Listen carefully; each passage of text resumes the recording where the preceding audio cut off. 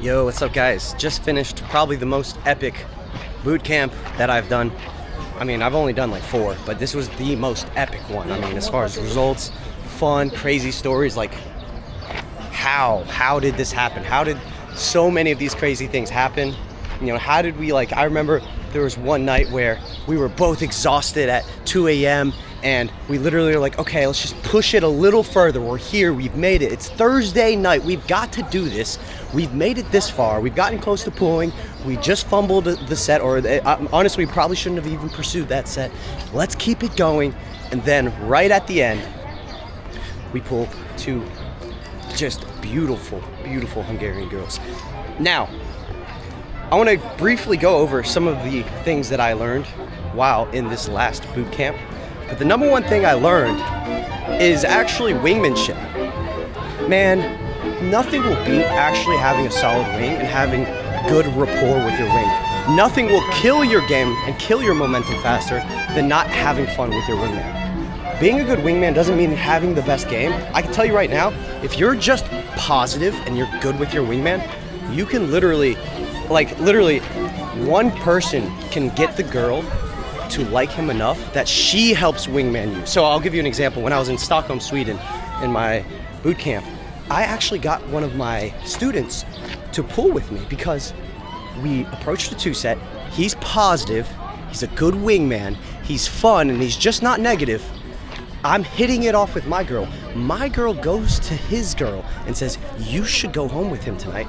I think he's cool. And she literally goes to my wingman and says, hey, this is how you can get to know my friend and win her over. Buy her this drink, say this, do this.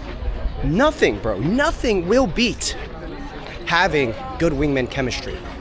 Now, you can literally, if one person has good game and the other person is just cool, positive, and doesn't say anything too stupid, you guys can both pull. Literally. Robin, there was a night where the girl, there's a presentation here, I don't want to interrupt it. And check it out. Let me not overpower it. My boot camp student helped me do that. It was Thursday night and there was a beautiful Hungarian girl that I approached, but he hit it off with her friend, so much to the point where her friend, in their own language, but we could tell what they were saying, was like, let's go home with these guys, let's go home with these guys, let's do it. And I could tell, even though the friend liked me as well, like the girl I was talking to liked me, she was more pressured to just go home with us, have a good night, and spend the entire night with us because her friend was so obsessed with my student. So, number one thing is you have to be fucking cool with your wingman. I'd rather go out with guy with the most shit game ever, but he's just fun, cool, positive, and I can be myself around him, then go out with a negative guy who might have good techniques but isn't a team player and isn't trying to make everybody win and is negative whenever he gets rejected. No, fuck that. You want to be around people who want you to win. Another good way you can help your friend win, if your friend's talking to a girl, let's say it's just a solo set, and you go into the set, it sounds simple, but you'd be surprised by how many guys can't do this. Make your friend look cool. Just make him look cool. Like you be cool to the girl, say hi to her, and when the girl talks to you, make your friend answer the questions. Like, well, what do you think about this? Be a little bit, I don't like the word submissive, it's a bit of a loaded word, but be a little bit more just let your friend look cool. Just let him look like he's the alpha. He's gonna be happy. He might pull because of that. Be a good wingman. Make him look cool, and then he will want to go out with you all the time, especially if he is he's good at the game. That's one of the things I learned. Second thing, I'm just making this shit up on the top of my head. Second thing I learned.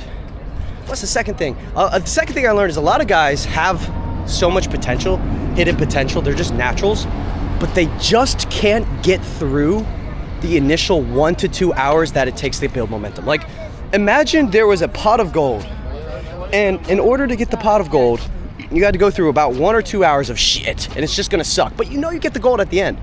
The problem is most guys don't realize there's a pot of gold at the end of this 1 or 2 hours. So the main thing I noticed was when we were out and we did the 100 approach challenge, that was the day where everything shifted and momentum was built. And it was just we end up, but I will tell you, the first 50 approaches were fucking brutal. It was we both wanted to quit. It was hard. But sure enough, time again, you get through that shit, and you on the other side, you actually have this hidden potential. But most guys can't get through the shit. And for some guys, it's a lot more shit than others. Like there's some guys, if you're starting off from a lower place, well, you might have to go through a little bit more shit. Some guys, you just need to level up. Like for this last boot camp, it was more of like social battery. Just level up your social battery and then unlock the natural charisma and funny personality and leadership qualities and alpha characteristics that you already have, and crush it. It was fucking awesome. And yeah, that's number 2. That's number 3. Let's check out the bridge today, guys. By the way, Budapest is amazing. Amazing for boot camps, if anyone. Didn't even expect to film today, but I was like, you know what? I'm feeling fucking fired up and passionate because, man, it was one of the most successful weeks that I've had ever in the boot camp, and honestly one of the most successful weeks of my life. I haven't, yeah, dude, I don't know, man. I think, and you know what's funny? The first 4 to 5, and leads me to my next point, but the first 4 to 5 days, I was actually extremely burnt out from my last boot camps. I actually got the dates wrong. I thought the boot camp started next week, so I had 0 time to recover, 0 time to prepare, and I just completely sent it into my next boot camp while completely burnt out. I started off the boot camp sick. Like I was already fucked. Like I remember day 1 of the boot camp, I had a migraine, I was underslept, I had a cold. I was like, this is gonna be hard. I didn't even say it, by the way. Never complain if you're going through something hard and you're supposed to lead. Never complain. You just deal with the shit. You just go through it. And I was literally going through all that stuff. But luckily, the saving grace was I have so much experience coaching now that I know exactly what to say and how to fix little things like body language, vocal tonality, and how to vibe. I already have the systems in place to do it. And also, yes, no, I'm not streaming, just video. Yes, sir. Yes, sir. What's your channel? Nah, don't worry about it. It's for adults only. Have a good day, though, all right? What do you mean by that? It's 18 plus. Where are you from? USA. That's good. Take care, brother. All right. It's a dating channel. I'm not about to pull it up for a little kid, bro. That's crazy. But yeah, I started off the boot camp rough as fuck. And what was the lesson here? Now, it was a mistake on my end because I got the dates wrong. But the lesson is this. Prioritize your momentum and prioritize yourself. I know that's a random thing that you might be like, that doesn't teach me how to get women. Yes, it does. Prioritize your momentum and prioritize yourself. Okay, so this week my energy was at such a low energy that it took every ounce of my soul, every ounce of my being to get through this boot camp and get through and make it successful. So it took everything I had. So that means negative people got cut out this week, negative people who were texting me, negative people in business, people wasting my time, and anything that was just a waste of my time or a waste of my energy got ruthlessly cut out. I became ultra selfish this week. And I remember the best night I had was actually the night where I had people blowing up my phone. There's some little drama going on. There's all these outside sources happening in my own personal life, but I went out and I said, I don't give a fuck about anyone. The number one thing in my mind is prioritize your momentum. So the third lesson is prioritize your momentum. Don't go out and if someone's being boring, for example, if you talk to a random guy and he's boring and he's logical and he's not approaching women and he's using it as a crutch, he's using his boring ass conversation as a crutch to not approach and not actually do the thing he's supposed to do, which is talk to women, ignore him. Just say, hey man, I gotta go. Nice to meet you. Don't be afraid to fucking offend him either. Fuck that guy. He's gonna ruin your momentum and ruin your night. If someone is being a negative wing, fuck that guy, unless you're supposed to coach him. If I'm getting paid, I'll do it. I'll deal with negativity. If I'm getting paid, I'll fix it. But if I'm not getting paid to coach and you're being negative, bro, goodbye, see ya. And it's really taught me that my energy is so limited and valuable that I've been spending it on everything with absolutely no ROI. And I've been wasting a lot of energy doing that. So that's the third lesson, is prioritize your momentum. Let's talk about number 4. By the way, making this shit up on the spot. Number 4 is this. You wanna hear about number 4? A lot of your problems are solely based on one thing: your fear of judgment from other people.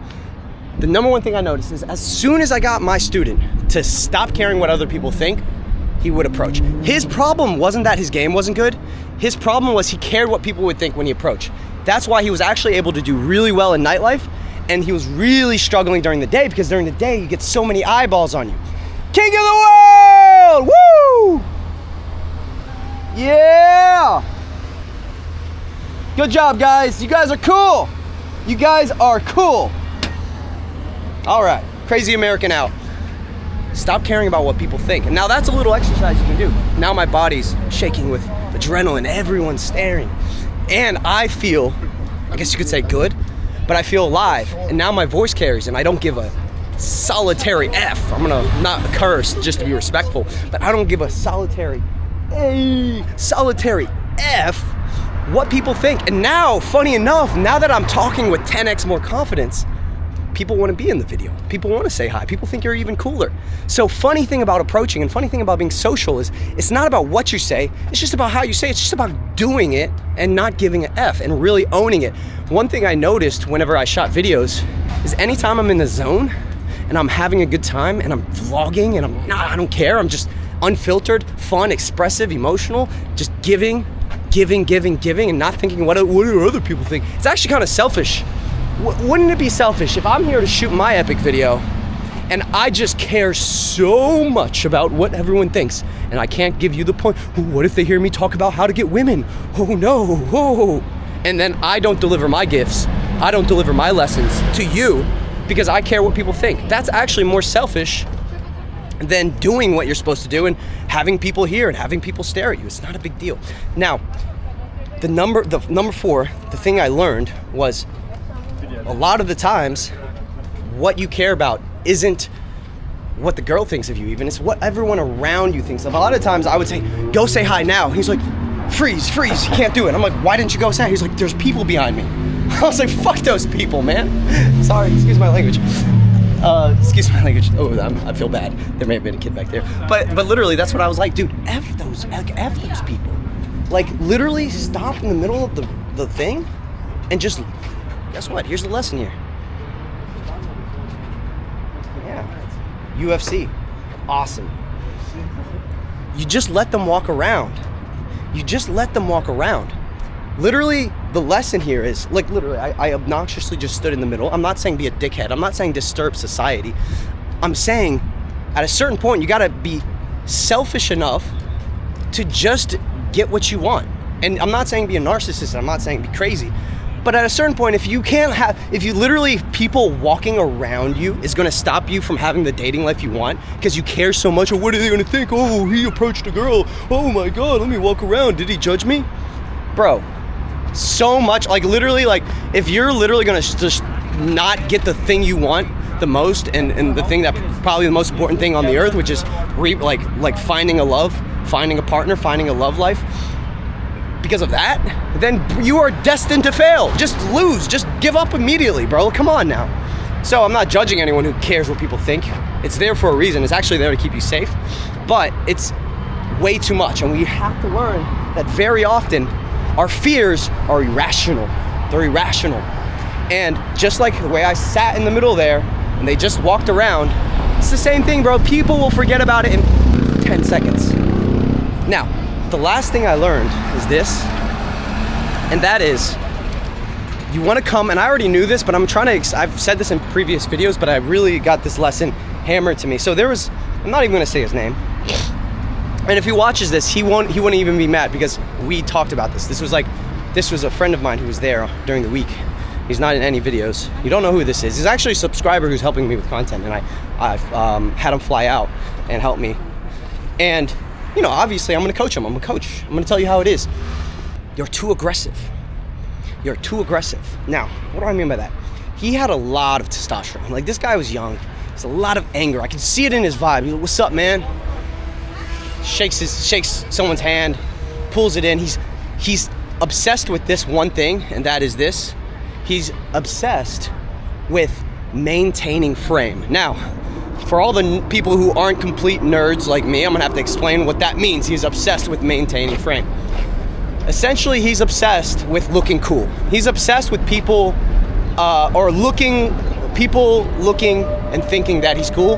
But the funny thing is, since it's such an unhealthy obsession, that it actually makes him maybe on the surface look cool, but on the inside and in reality makes him not cool, and it makes him repulse people away. And I noticed this when he was winging me. He would walk up and I would say, give a compliment to that girl. He'd be like, what's up? Hey, just want to say you're beautiful. And it's like, and this is a very subtle thing, and the girl would kind of be like, okay, thank you. And it almost like he was, the tonality of the delivery and how he was coming across to people was like, hey, I'm cooler than you.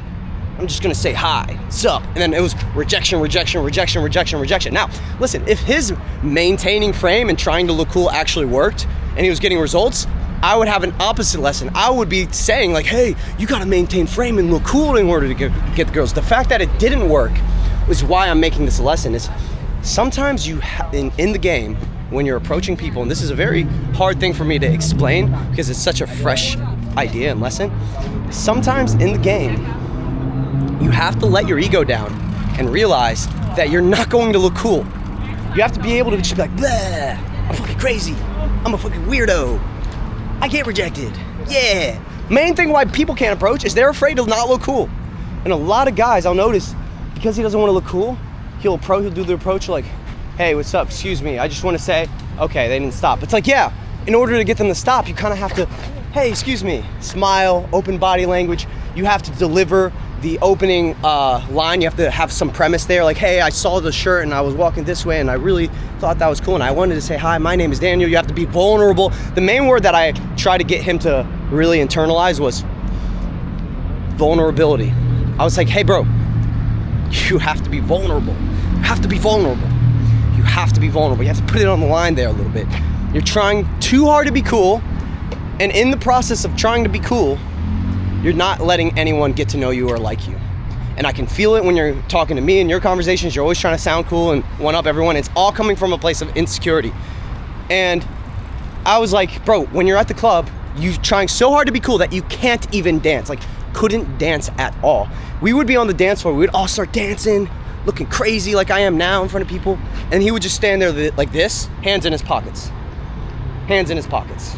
And I would literally go up to him. I would grab him physically because he's my friend and I want to help him improve, and take his hands out of his pockets. I'm like, stop trying to look cool, bro. You might on the outside, on a cliche way, look cool, leaning back against the wall, looking like James Bond with your hands in your pockets, but you're not being vulnerable and you're not letting anyone, like, yes, bro, it's very cool. Yeah, look how cool you are as the girls walk away, and look how cool you are as you don't get to know anybody. And look how cool you are as you don't get to get out of your shell and expand your personality and be funny and dance and go crazy and make everyone else have fun. Look how cool you look on the outside, but you're not actually being that cool.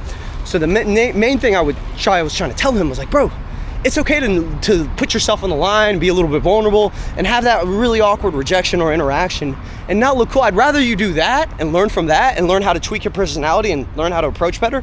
That's pretty much it, guys. Beautiful day here in Budapest. Just beautiful video. 20 minutes on the clock. I don't think I might not have to cut any of this out. There might be very minimal cuts where I think I said the student's name. I'm not supposed to do that. But other than that, because he has a really like high profile job, which was kind of cool actually. I felt honored that he allowed me to help him out. And man, he's actually the homie now. Listen, he's such a good wingman. I'm like, bro, I will game with you any day of the week. Just say the fucking word. You're awesome. Beautiful Budapest. Beautiful viewers. I love you guys. You know what? I'm actually gonna do something for you. I'm gonna give you access to all of the best resources that I have as far as pickup and game. Not all of them, but most of them.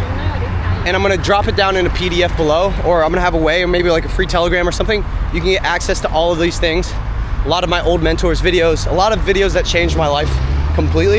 You have access to it. Just drop down below, check it out. And other than that, love you guys. Hope you guys are having a good time.